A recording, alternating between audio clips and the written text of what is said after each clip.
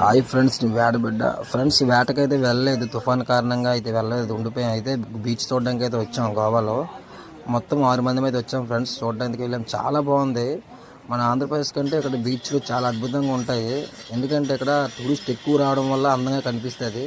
అయితే ఈరోజు సండే కాకపోవడంతో జనాలు ఇక్కడ తక్కువ మంది అయితే వచ్చారు. అయినా సరే చూడడానికి అయితే వెళ్ళాం ఫ్రెండ్స్. ఇక్కడ ఏంటంటే మనకి బీచ్తో హోటల్స్ ఉంటాయి. హోటల్స్ చూసారు కదా, హోటల్స్ అయితే ఉంటాయి. హోటల్స్లో మనకి ఏ రకమైన అన్ని రకాల బ్రాండ్స్ దొరుకుతాయి. ఏం తినడానికి అన్ని రకాలు దొరుకుతాయి, కానీ కాస్ట్ చాలా ఎక్కువ ఉంటుంది.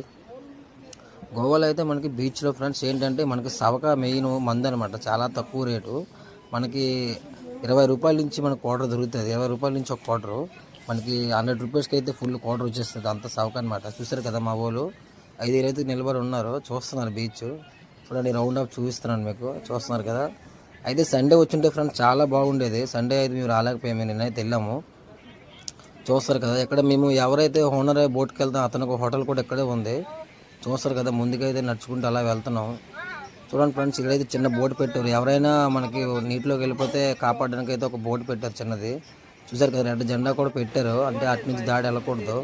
చూడండి, అమ్మాయిలు అయితే రీల్స్ చేస్తున్నారు. చాలా ఎంజాయ్ చేస్తాం. నేను వెళ్ళి చాలా బాగుంది. చల్ల గాలి, పక్కన కొబ్బరి చెట్లు, మొత్తం గాలి, మంచి వాతావరణం అనమాట. చాలా అద్భుతంగా ఉంది బీచ్.